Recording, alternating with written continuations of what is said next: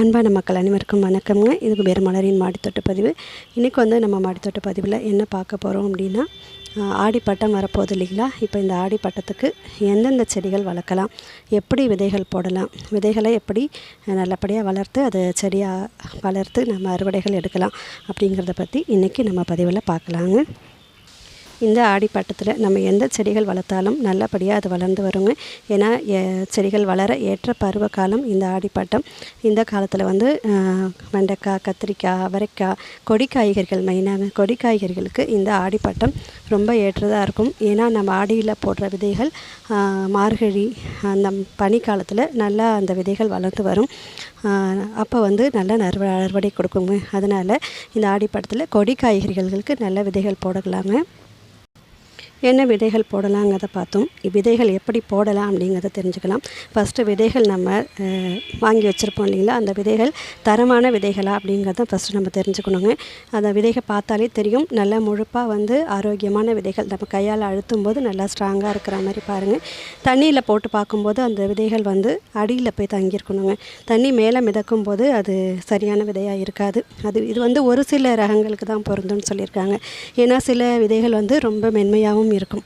அதனால் நல்லா அழுத்தமான விதைகள் நம்ம போட போகிறோங்கிற போது அதை நம்ம தண்ணியில் போட்டு பார்க்கும்போது அடிப்பகுதியில் இருந்து நின்றுச்சுன்னா அது நல்ல தரமான விதை அப்படிங்கிறத தெரிஞ்சுக்கலாம். அடுத்தது விதை நேர்த்தி பண்ணுறது. அது நான் ஏற்கனவே சொல்லியிருக்கேன் இல்லைங்களா, விதை நேர்த்தி எதுக்காக விதை நேர்த்தி பண்ணுறோம் அப்படின்னா, நம்ம ஃபஸ்ட்டு ஆரம்பத்தில் விதைகள் போடுவோம், நல்லா வளரும். அதுக்கப்புறம் அதில் ஏதாவது நோய் தாக்குதல் ஏற்படும், சரியான வளர்ச்சி இல்லாமல் இருக்கும். அதுக்காக நம்ம ஆரம்பத்திலே அந்த விதையை ஆரோக்கியமான விதையாக மாற்றுறதுக்கான ஒரு பதிவு தான் விதை நேர்த்தி அப்படின்னு சொல்கிறது. விதை நேர்த்தி பண்ணுறதுக்கு நிறைய வகையில் பண்ணிக்கலாங்க. பஞ்சகாவியம் நீங்கள் யூஸ் பண்ணிங்க அப்படின்னா அதில் போட்டுக்கலாம். கோமியம் வச்சுருந்திங்கன்னா அதில் கொஞ்சம் நேரம் போடலாம். மழை நீர் நான் ஏற்கனவே சொல்லியிருக்கேன், மழை நீரில் போட்டு வைக்கலாம். எப்படி போடணும் அப்படின்னா, சின்ன விதைகளாக இருக்கும்போது அரை மணி நேரம் இல்லது 1 மணி நேரம் போடலான்னு சொல்லியிருக்காங்க. பெரிய விதைகளாக இருக்கும்போது அது 5 மணி நேரம் கூட அந்த தண்ணியில் நம்ம ஊற வச்சுட்டு அதுக்கப்புறமா அதை காய வச்சுட்டு விதைக்கும் போது நல்ல அறுவடை கொடுக்கும். இப்போ அடுத்தது நம்ம விதைகள் போடுறதுக்கு தேர்ந்தெடுக்கிற தொட்டிகள் பார்த்துக்கலாம். எதில் வேணாலும் போடலாங்க. சின்ன சின்ன கப்பை எடுத்து கூட போட்டுக்கலாம், பெரிய தொட்டிகளையும் போடலாம். ஆனால் அந்த தொட்டி மண் நீங்கள் போடுற அந்த தொட்டியோடைய மண் மேற்பரப்பு நல்லா சூரிய ஒளி இருக்கிற மாதிரி போடணும். எதுக்காக அப்படின்னா, அந்த மேற்பரப்பில் நல்லா சூரிய ஒளி படும்போது விதைகள் முளைச்சி சீக்கிரமே இலைகள் வந்துடுங்க. ஒருவேளை நீங்கள் தொட்டியோட அடிப்பகுதியில் மண் போட்டிருக்கீங்க, சூரிய ஒளி படாத இடமா இருந்துச்சு அப்படின்னா, தண்டுகள் மட்டும்தான் மெலிதாக வளர்ந்து ஹைட்டாக அதுக்கப்புறம் இலைகள் வரும். அப்படி வரும்போது அது என்ன ஆகும் அப்படின்னு பார்த்தீங்கன்னா, காற்று அடிக்கும் போதோ இல்லை மழை பெய்யும் போதோ சீக்கிரமே சாஞ்சிரும். ஒரு ஆரோக்கியமான செடியாக அதால் வளர முடியாது. அதனால் மண்ணுடைய மேற்பரப்பு நல்லா சூரிய ஒளி இருக்கிற மாதிரி பார்த்துக்கோங்க. நாற்றுகள் வளர்ந்து வரும்போது அதுக்கு மறுபடியும் பூச்சி தாக்குதல் ஏற்படாமல் இருக்க நீங்கள் ஆரோக்கியமான அந்த நீர் மேலே தெளிச்சிக்கிட்டே வரலாம். தண்ணீர் கொடுக்கறதாங்க மெயினாக. அதில் கொஞ்சம் வேகமாக நம்ம தண்ணி அடிச்சிட்டா கூட எல்லாமே சாஞ்சிரும். சின்ன ஒரு பாட்டிலில் சின்ன சின்ன ஹோல்ஸ் போட்டுட்டு அது வழியாக நம்ம கொடுக்கும்போது இந்த நாற்றுகள் சாயாமல் இருக்கும். கற்றாழை தண்ணியை கொடுக்கலாங்க.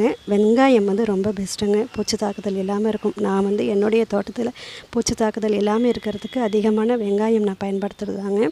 வெங்காயத்தோலை தண்ணியில் ஊற வச்சுட்டு அந்த தண்ணியை நாற்றுகள் மேலே தெளிச்சிட்டு வரும்போதும் நாற்றுகள் ஆரோக்கியமாக இருக்கும், பூச்சி தாக்குதல் இல்லாமல் வளர்ந்து வருங்க.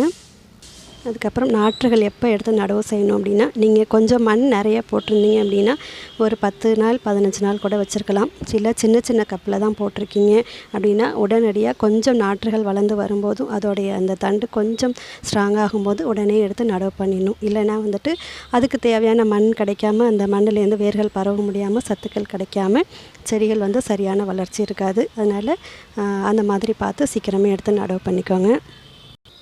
ஆடிப்பட்ட செடிகள் வளர்க்குறத பற்றி எனக்கு தெரிஞ்ச தகவல்களை நான் உங்களுக்கு கூட பகிர்ந்துருக்குறேங்க. இந்த தகவல் உங்களுக்கு பிடிச்சிருந்ததுன்னா நீங்களும் குபேரமலர் சேனலை தொடர்ந்து பாருங்கள், எனக்கு ஆதரவு கொடுங்க. சப்ஸ்கிரைப் பண்ணுங்கள், சப்போர்ட் பண்ணுங்கள். தினமுமே நான் அறுவடை எடுத்து நான் வீடியோஸ் போட்டுக்கிட்டே இருக்கிறேன். இதை ரெகுலராக பார்க்குறவங்களுக்கு தெரியும். அதனால் நம்ம சேனலோட தொடர்ந்து இணைஞ்சிருந்து எனக்கு ஆதரவு கொடுங்க. நன்றி, வணக்கங்க.